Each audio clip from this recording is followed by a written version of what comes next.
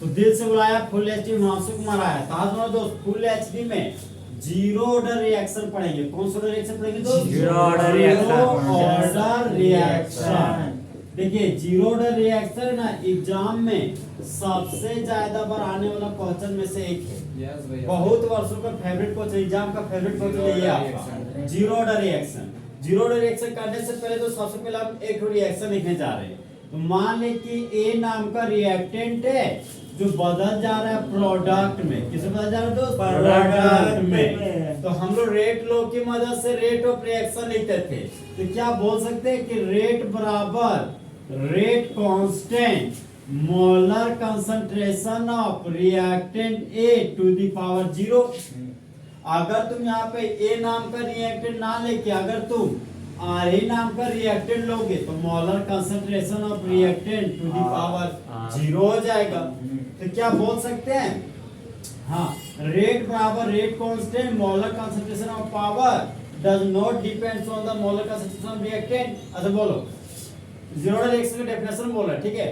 बोलो, if the rate of reaction does not depend on the molar concentration of reactant,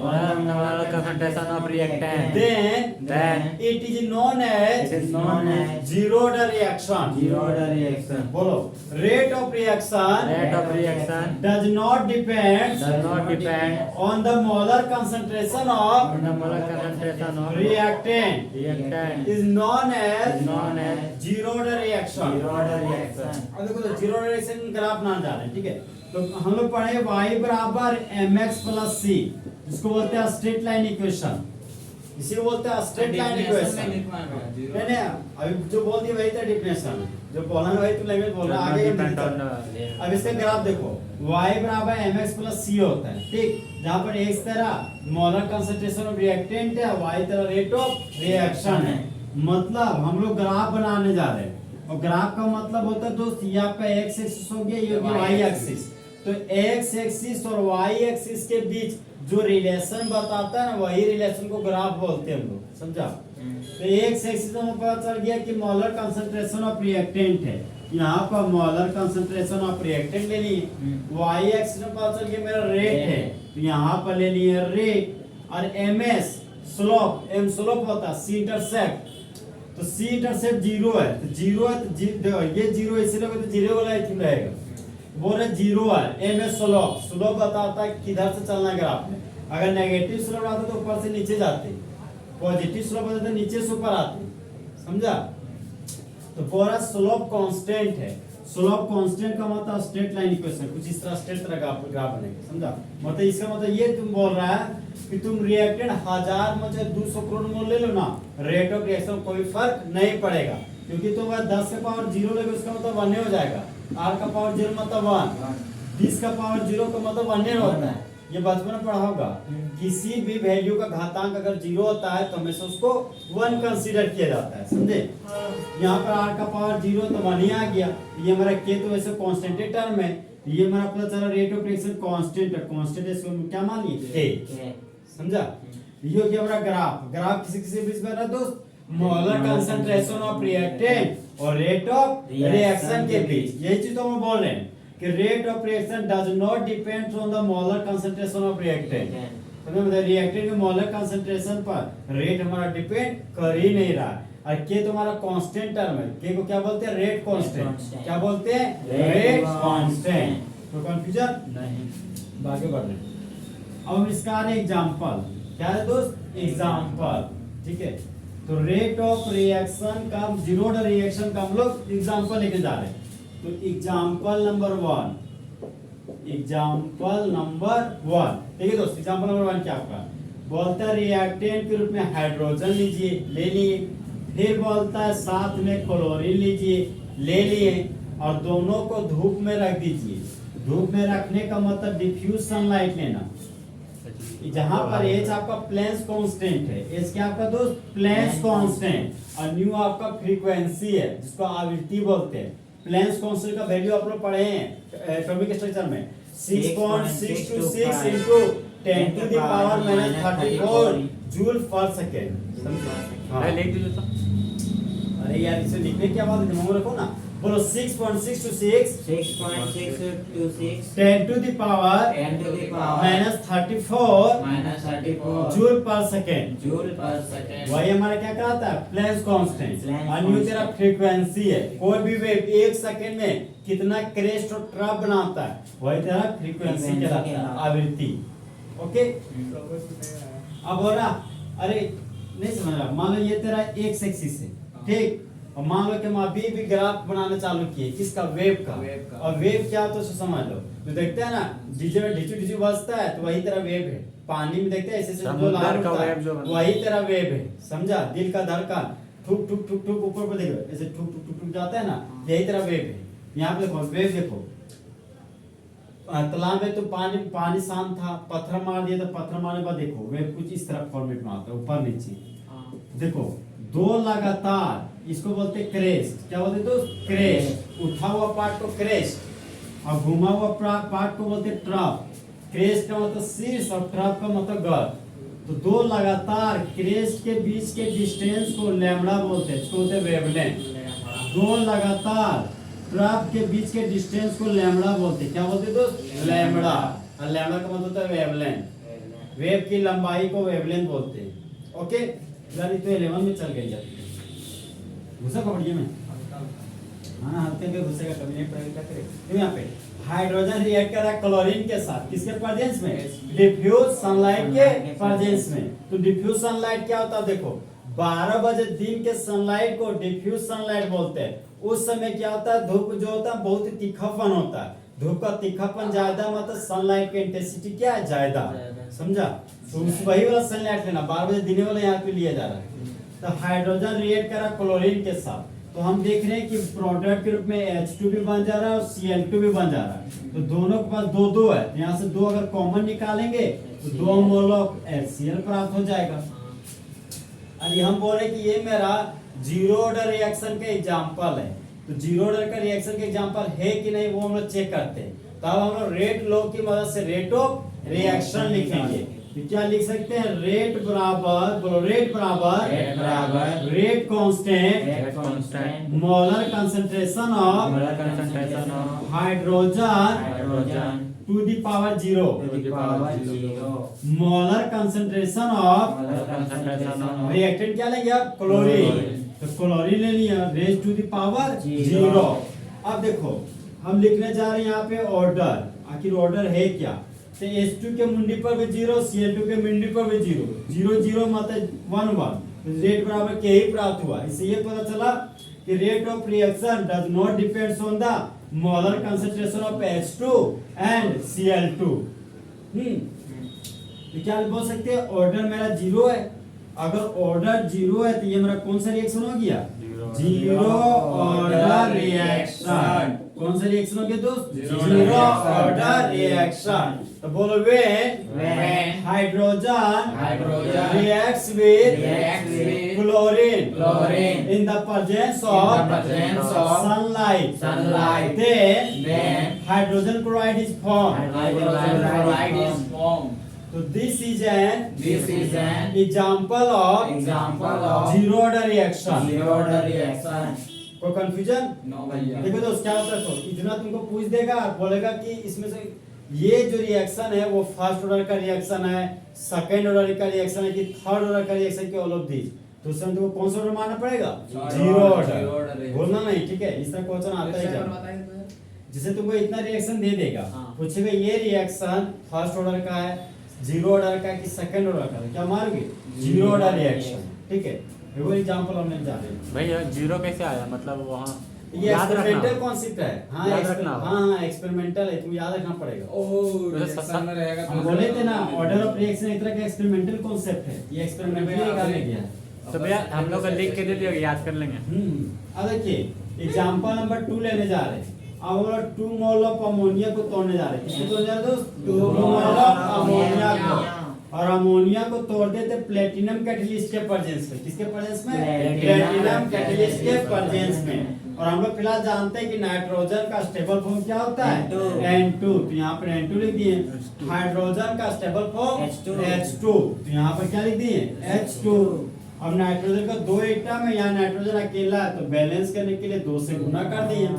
3 दूना 6 hydrogen हो गया, यहाँ पर 2 हाइड्रोजन तो 3 से मल्टीपल कर दिए तो हाइड्रोजन भी आपका क्या हो गया, बैलेंस। अब रेट लो की बात से फिर रेट ऑफ रिएक्शन लिखने जा रहे हैं तो बोलिए रेट बराबर rate constant molar concentration of reactant to the power 0। तो रिएक्टेंट क्या है आपका, अमोनिया। तो यहाँ पर रिएक्टेंट के जगह पर अमोनिया लिख दिए।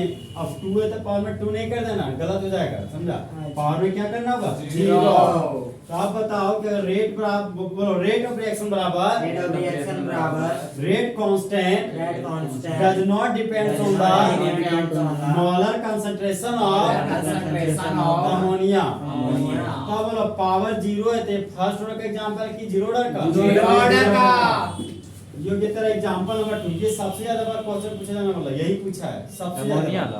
हाँ ये एग्जांपल अमोनिया वाला, हाँ ये एग्जांपल दे दिया। पुस्तक कौन सा ऑर्डर का, फर्स्ट ऑर्डर है कि 0 ऑर्डर का, तो कौन सा मारोगे, 0 ऑर्डर रिएक्शन। ओके, फिर पॉइंट नंबर 3 में आ रहे N2O लिए। अरे N2O कौन सा गैस बोलते थे, लाफिंग गैस। कौन सा गैस, लाफिंग गैस।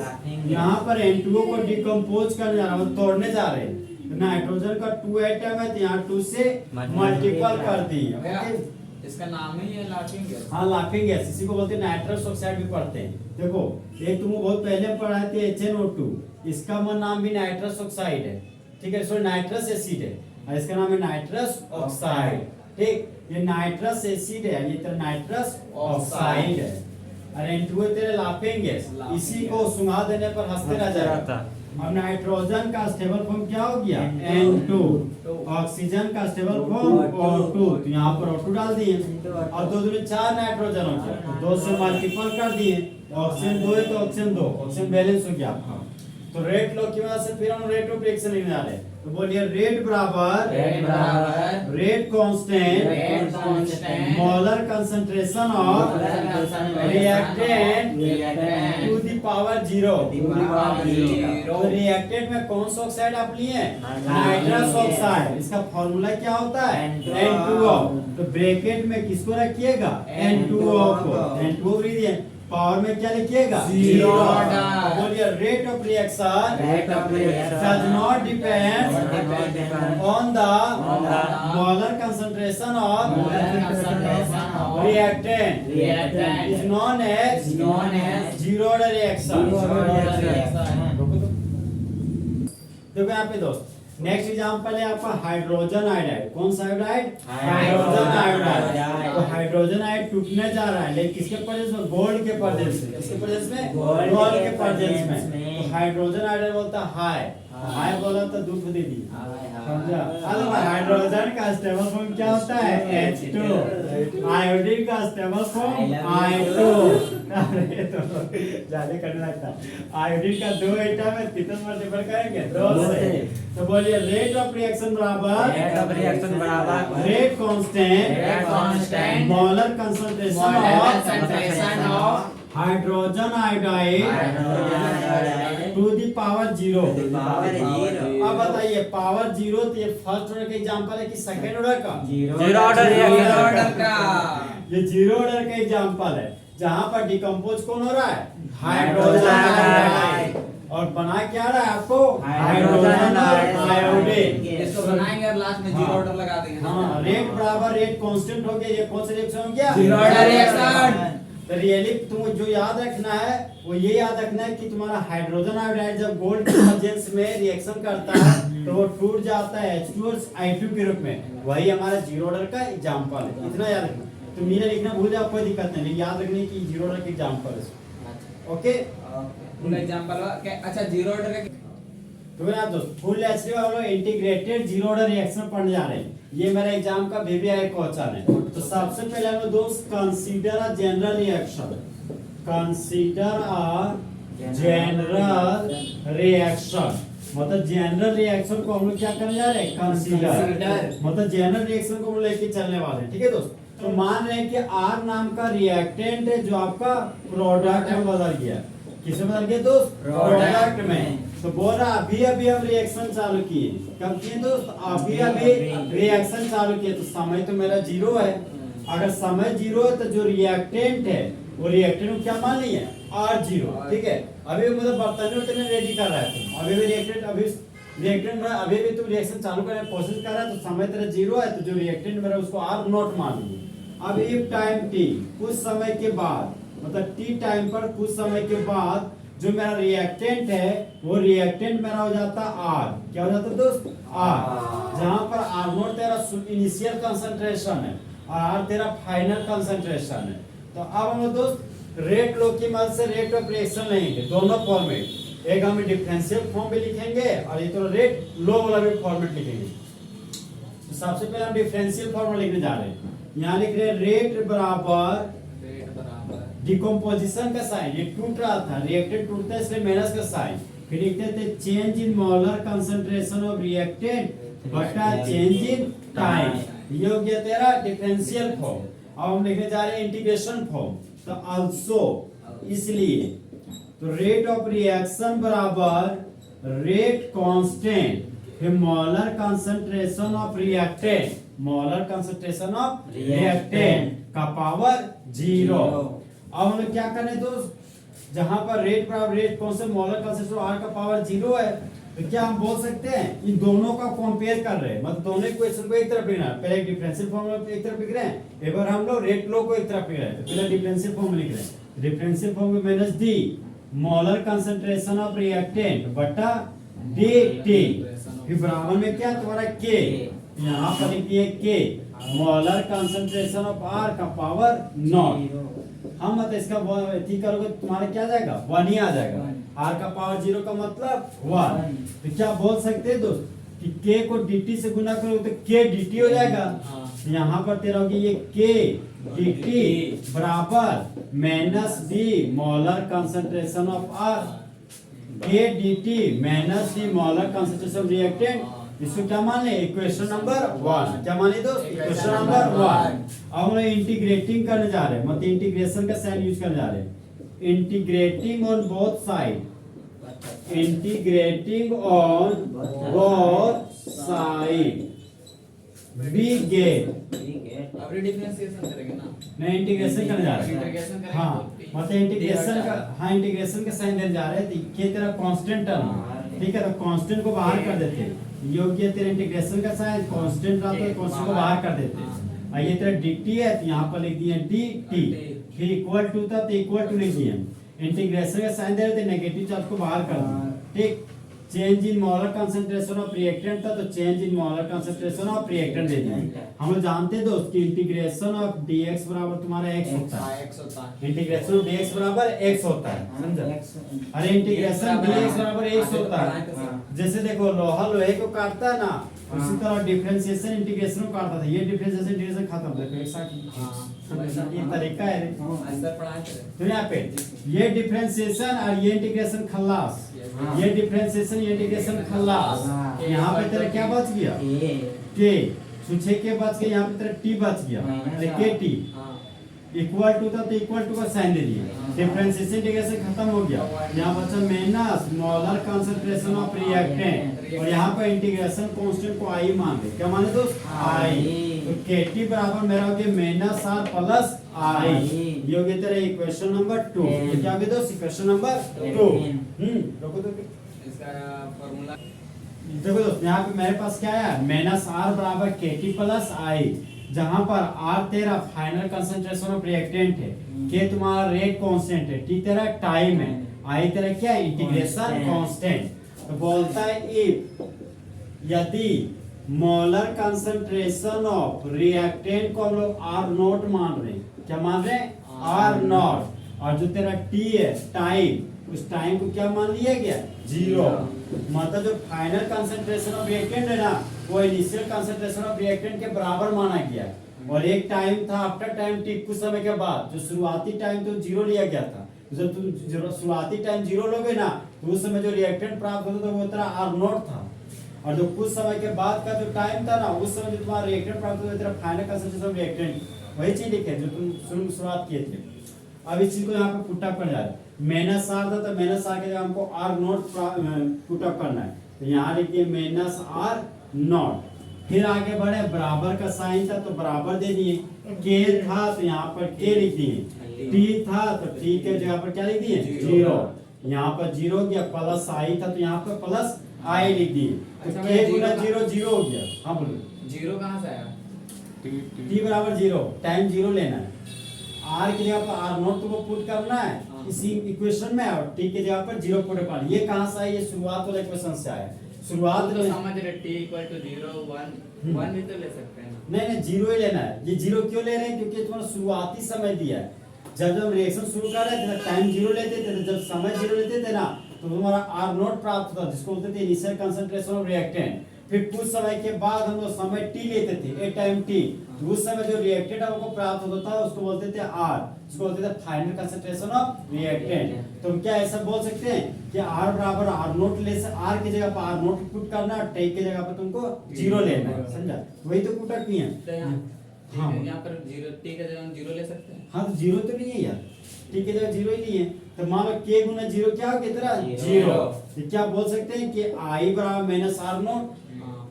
आई बराबर माइनस आर नोट हो गया। अगर ये हम इक्वेशन 1 माने थे, इसको क्या माने? Equation number 2।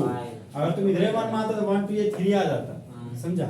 ये तेरा इक्वेशन 1 हो गया, ये तेरा इक्वेशन 2 हो गया। अब इक्वेशन 1 और इक्वेशन 2 को कंपेयर कर रहे हैं एक दूसरे से। देखो माइनस आर था तो यहाँ पर लिख दिए minus r, sorry minus r है तो माइनस आर की जगह पर यहाँ आर नोट हो जाएगा। r नॉट दोनों में से एक सेकंड, माइनस आर नॉट। इसमें से कॉमन कौन सी होगी? वह बंद कर देगा। नहीं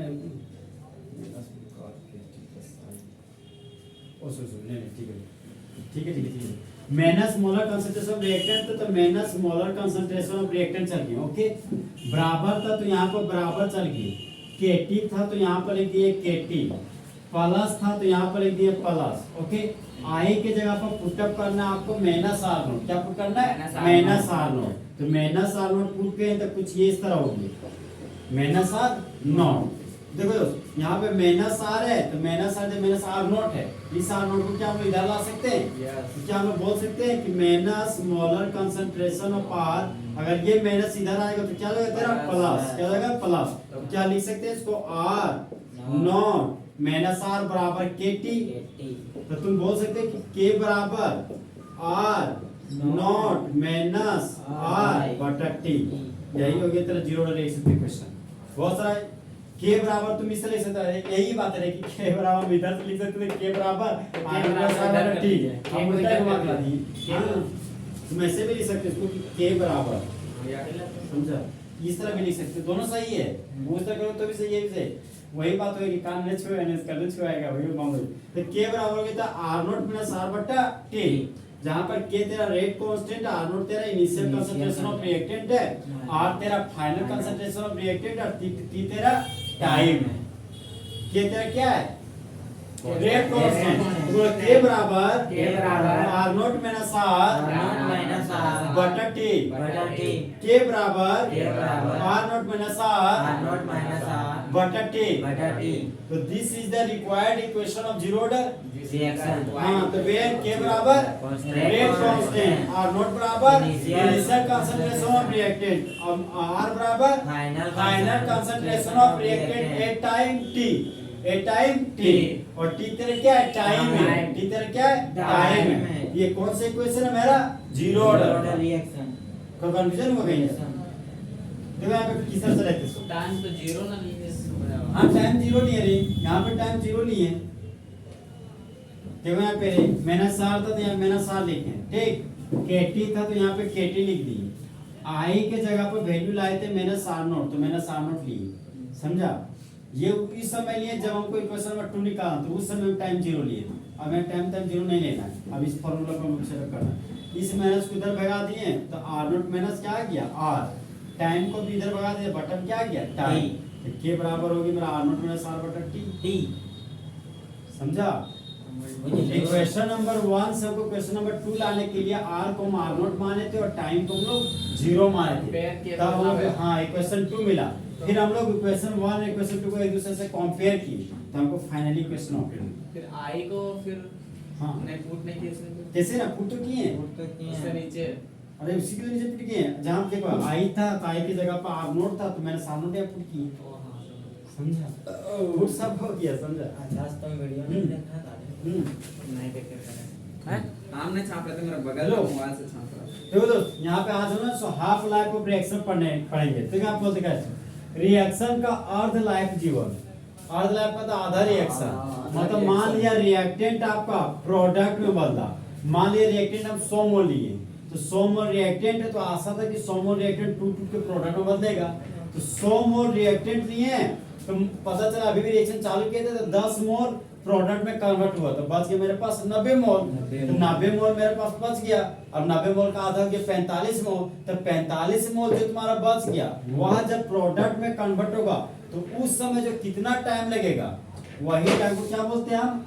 हाफ लाइफ मतलब जितना तुम रिएक्टेंट लोगे उसका आधा रिएक्टेंट को प्रोडक्ट में बदलने के लिए लिया गया समय को ही क्या बोलते हैं हाफ लाइफ ऑफ रिएक्शन अब कुछ नहीं करना यहाँ पे के था तो यहाँ पे देख लो इफ जहाँ पर तुम्हारा आर है जहाँ आर है तुमको वहां पे आर नोट बटा 2 लेना है क्या लेना है आर नोट बटा 2 जहाँ पर टी है वहां तुमको लेना है टी हाफ क्या लेना है टी हाफ तो के था तो यहाँ पर लिख दिए के बराबर था तो बराबर दे दिए आर नोट था तो यहाँ पर लिख दिया आर नौ माइनस का साइन था तो माइनस लिख दिए आर था तो आर की जगह पर क्या पुट किया आर नोट बटा 2 यहाँ पर ले लिया आर नॉट बटा 2 अब बटन मेरे क्या है टी हाफ यहाँ पर बटन ले लिए टी हाफ और टी हाफ इधर जाएगा तो के टी हाफ बन जाएगा अगर टी हाफ इधर गया तो तेरा क्या बन जाएगा के टी हाफ इसको एक स्टेप और छोटा कर दिया ये तेरा बन गया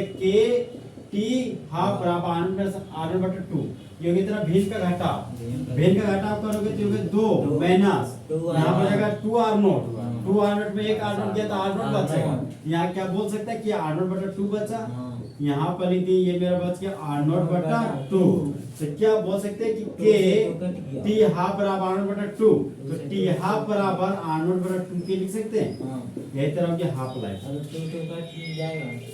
नहीं कहाँ 2 काटेगा ये 2 के है ये 2 कहाँ काटेगा थे राइट बराबर के बट्टा मेरे नहीं इनवर्सली प्रोपोर्शनल हो जाएगा ये हाफ लाइफ इनवर्सली प्रोपोर्शनल है रेट कांस्टेंट का और ये हाफ लाइफ डायरेक्टली प्रोपोर्शनल है इनिशियल कंसंट्रेशन ऑफ रिएक्टेंट का मतलब तुम शुरुआती रिएक्टेंट बढ़ाओगे ना तो हाफ लाइफ बढ़ जाएगा और तुम अगर रेट कांस्टेंट बढ़ाओगे ना तो हाफ लाइफ तेरा घट जाएगा समझ इसका मतलब ये हो गया तो बताओ जीरो ऑर्डर रिएक्शन का क्या था मेरा फार्मूला के बराबर आर नॉट माइनस आर बटा टी तो यह इफ आर की जगह पर क्या पुट किए आर नॉट बटा 2 आर की जगह पर क्या पुट किए आर नॉट बटा 2 और टाइम की जगह पर टी हाफ तो के की जगह पर हम लोग के लिखे थे ठीक है टाइम की जगह पर टी हाफ लेते इस टी हाफ को क्रॉस कर दिए तो के टी हाफ बन गया तो के टी हाफ बराबर आर नॉट था तो आर नॉट ले लिए आर की जगह पर आर नॉट बटा 2 पुट के लिए इसका भिन्न का घटाव निकालें तो मेरे पास आया आर नॉट बटा 2 मतलब फाइनली टी हाफ के आपका चल गया नीचे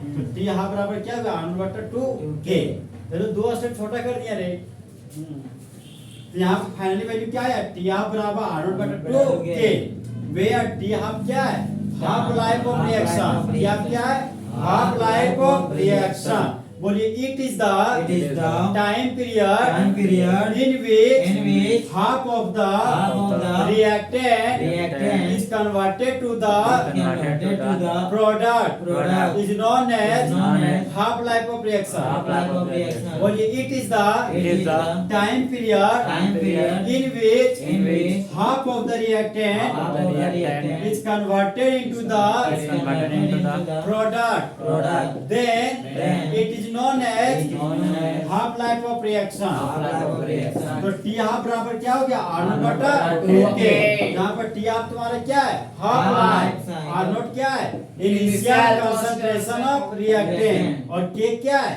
रेट कांस्टेंट तो टी हाफ बराबर क्या हो गया आर नॉट बटा 2 के टी हाफ बराबर आर नॉट बटा 2 के कौन सा ऑर्डर रिएक्शन का जीरो ऑर्डर रिएक्शन का जहाँ पर टी हाफ क्या है half life R naught initial concentration of reactant K rate of reaction zero order reaction का इक्वेशन के बराबर आर नॉट माइनस आर बटा टी, जहाँ के क्या है Rate of adjustment. R naught Initial initial concentration of reactant r final concentration of reactant, small t time. को confusion No इस confusion. तरह आपका दोस्त हाफ लाइफ ऑफ रिएक्शन में क्या हो गया, फुल एचडी में खत्म।